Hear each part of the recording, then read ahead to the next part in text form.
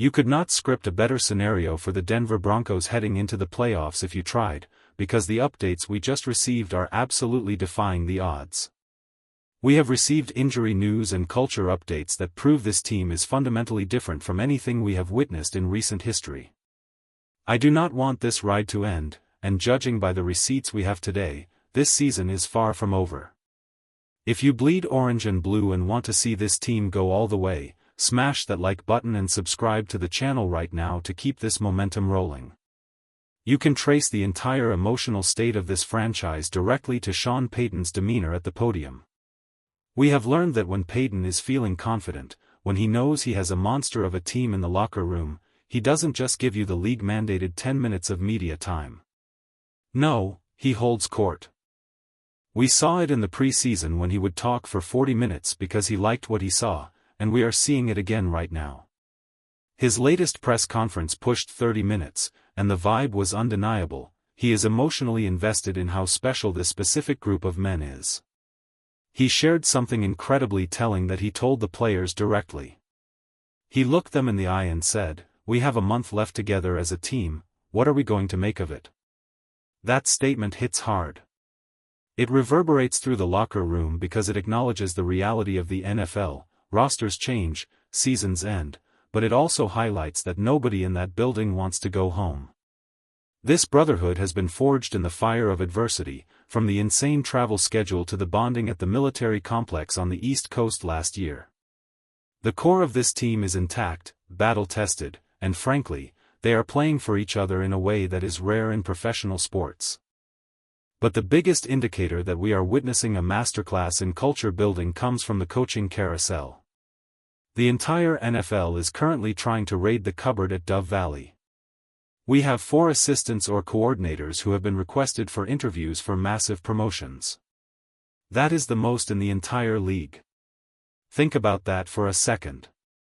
We are the team on the bye week, sitting pretty, while the rest of the league is scrambling to steal our magic. Even the teams currently playing in the playoffs don't have this kind of demand for their staff. Now, typically, a head coach might get defensive about this. I want you to think back to last year with Dan Campbell and the Detroit Lions. I was living in Michigan at the time, and I heard it firsthand on the radio every single day. When Campbell's coordinators were getting poached, he said the right things publicly, but you could hear the frustration in his voice. It irked him. It was a chip on his shoulder because he felt like he made those guys, and he didn't want to lose them. It was a friction point. Contrast that with Sean Payton today. He spent 5 solid minutes just gushing about his assistants. He went on and on about Vance Joseph, about Jim Leonhard, about Davis Webb. He flat out said, "I want these guys to have their dreams come true." That is the difference between a boss and a leader. A boss worries about his own convenience, a leader builds other leaders. Payton knows that his system is robust enough to survive departures, but more importantly, he genuinely cares about the people. Have you ever seen a head coach look happier about his staff potentially leaving than the staff members themselves? It creates a magnetic culture. When you have a head coach who actively advocates for your promotion, you attract the best talent in the world. Payton was even emotional talking about Vance Joseph, stating it's not a matter of if he becomes a head coach again, but when, and that he will be successful. We are seeing a similar vibe with Jim Harbaugh praising his defensive coordinator, Jesse Minter, calling him authentic and brilliant. Real recognizes real. Sean Payton isn't hoarding talent, he's amplifying it. And because of that, everyone in that building is ready to run through a brick wall for him. However, there is a fascinating layer of strategy, or perhaps conspiracy, happening right under our noses regarding the coaching staff. We all operated under the assumption that if Vance Joseph lands a head coaching gig, the heir apparent for the defensive coordinator role is Jim Leonhard, our current passing game coordinator. It makes perfect sense. But here is the curveball: the Broncos granted the Dallas Cowboys permission to interview Jim Leonhard for their defensive coordinator position. This raises a massive, controversial question for everyone watching. Question of the day: do you think letting Jim Leonhard interview elsewhere is a sign that the Broncos know Vance Joseph is staying put, or does Sean Payton have a secret, Plan C, defensive coordinator already lined up in his mind? Let me know your theory in the comments down below. It is a very unique chess move.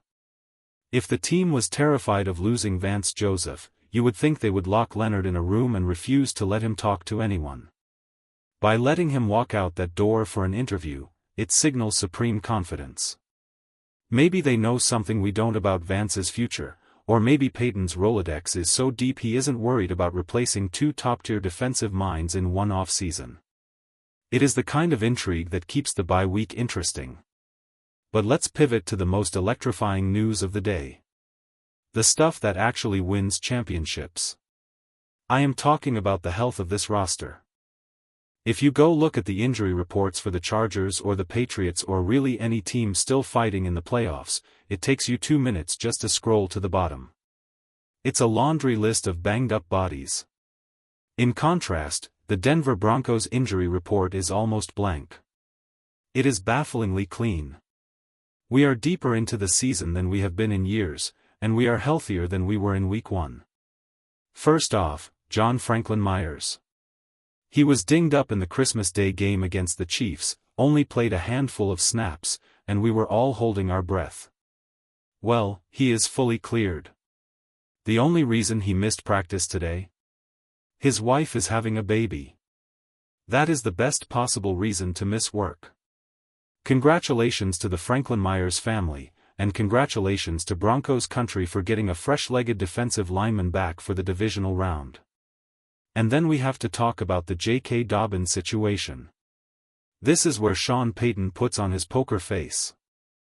When asked about Dobbins, Payton gave the classic, no comment, followed immediately by, he's close, he's making progress. Now, if you speak fluent Sean Payton, you know that if a guy is definitely out, Payton usually just says it to kill the speculation. By leaving the door cracked open, he is telling us there is a shot. Imagine the insanity of getting J.K. Dobbins back for the first playoff game. Payton didn't rule him out. He didn't say, we're going to give him another week. He left it ambiguous on purpose. Do not be shocked if we see Dobbins at practice early next week. If that happens, you might as well book the parade tickets now. Adding a weapon of that caliber to an offense that is already clicking? It's unfair. Hearing Payton say, I think we get almost everyone back, is music to my ears. You simply do not hear that in January. Even our last Super Bowl team was limping to the finish line compared to this squad. This isn't luck, folks. This is the third year in a row the Broncos have been among the healthiest teams in the league. You can get lucky once. You can't get lucky 3 years running. This is a systemic advantage designed by Sean Payton's program. We went from being the most injured team in the league under Nathaniel Hackett to the healthiest juggernaut in football. That is the Payton effect in full swing. Now, despite all this phenomenal news, there is a segment of the fan base, and certainly the national media, that is trying to find a dark cloud. The narrative circulating right now is the fear of rust. People are paranoid that because we have the first round bye and haven't played a meaningful, do-or-die game in 2 weeks, we are going to come out flat. Kay Adams had a former Patriot on her show talking about how the hardest game was always the one coming off the bye because the edge wasn't there. Mike McGlinchey came out today and poured a bucket of ice-cold water on that entire theory. He made it crystal clear, Sean Payton does not do gray area. There is no room for complacency in this building. McGlinchey said he has zero concerns about the team being locked in. And honestly, why should we doubt them? Think about the question Cody Rourke asked Sean Payton regarding the lessons learned from last year's playoff run. Payton didn't talk about rest or rust.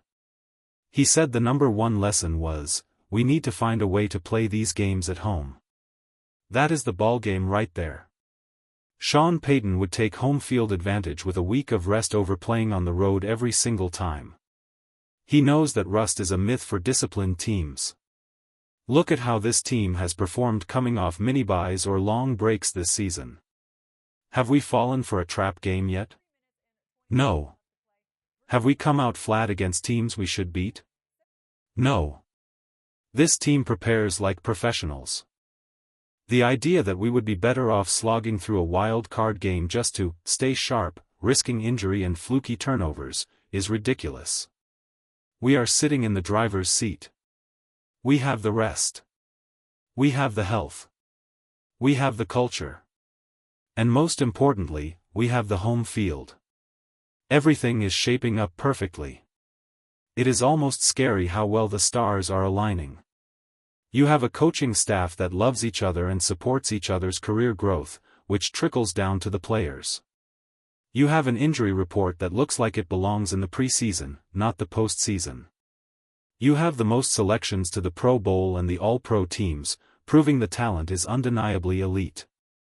This team has the culture of a champion and the health of a contender. Sean Payton has orchestrated a complete turnaround, not just of the roster, but of the soul of this franchise. He doesn't want this season to end any more than we do, and the way the boys are practicing, it doesn't look like they plan on going home until they have some jewelry to show for it. We are going to be diving deep into the potential opponents over the weekend because, let's be honest, whoever comes to Denver is walking into a buzzsaw. We have a week to get our minds right, but the team is already there. This is special. Soak it in, because seasons like this do not come around often. The Denver Broncos are healthy, hungry, and dangerous. I will be back with more content previewing the matchups as soon as the weekend games wrap up, so do not miss it. Enjoy this bye week, stay hyped, and as always, let's ride.